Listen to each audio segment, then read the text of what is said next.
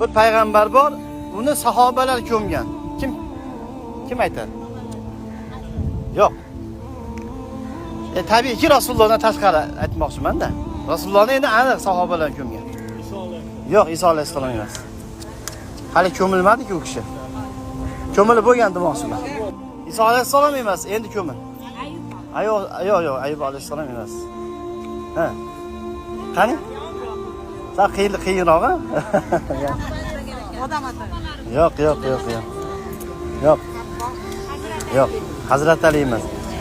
Menimcha shahar berasizlar-ku. Sahobalar ko'mgan payg'ambar bu Doniyor payg'ambar. Doniyor.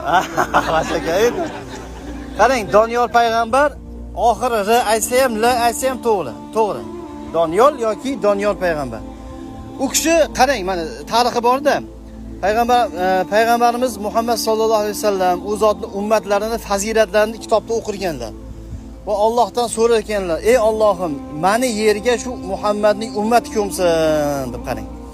Hazrat Umar roziyallohu anhu davrlarida sahobalar Shom diyorini, Fors diyorini fath qilib olganlarda ana shu joyda Doniyor payg'ambarning jasadi hali turgan bo'ladi.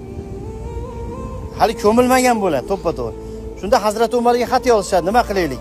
Hazrat Umar kechasi ko'minglar, 10 dan oshiq qabrlar ko'lab turib, qaysi biriga ko'mganlarini odamlar bilmasin. Sababi, agar bilib qolishadigan bo'lsa, borib erta shirk amallarni qilib olishlari mumkin. Ko'lab yana jasadlarni olib olishlari mumkin deydi. Qarang, necha yuz yildan beri u jasad turgan bo'ladi. Duolari ijobat bo'lib, demak bu Qur'on kimga qoldi? O'zimga qoldi.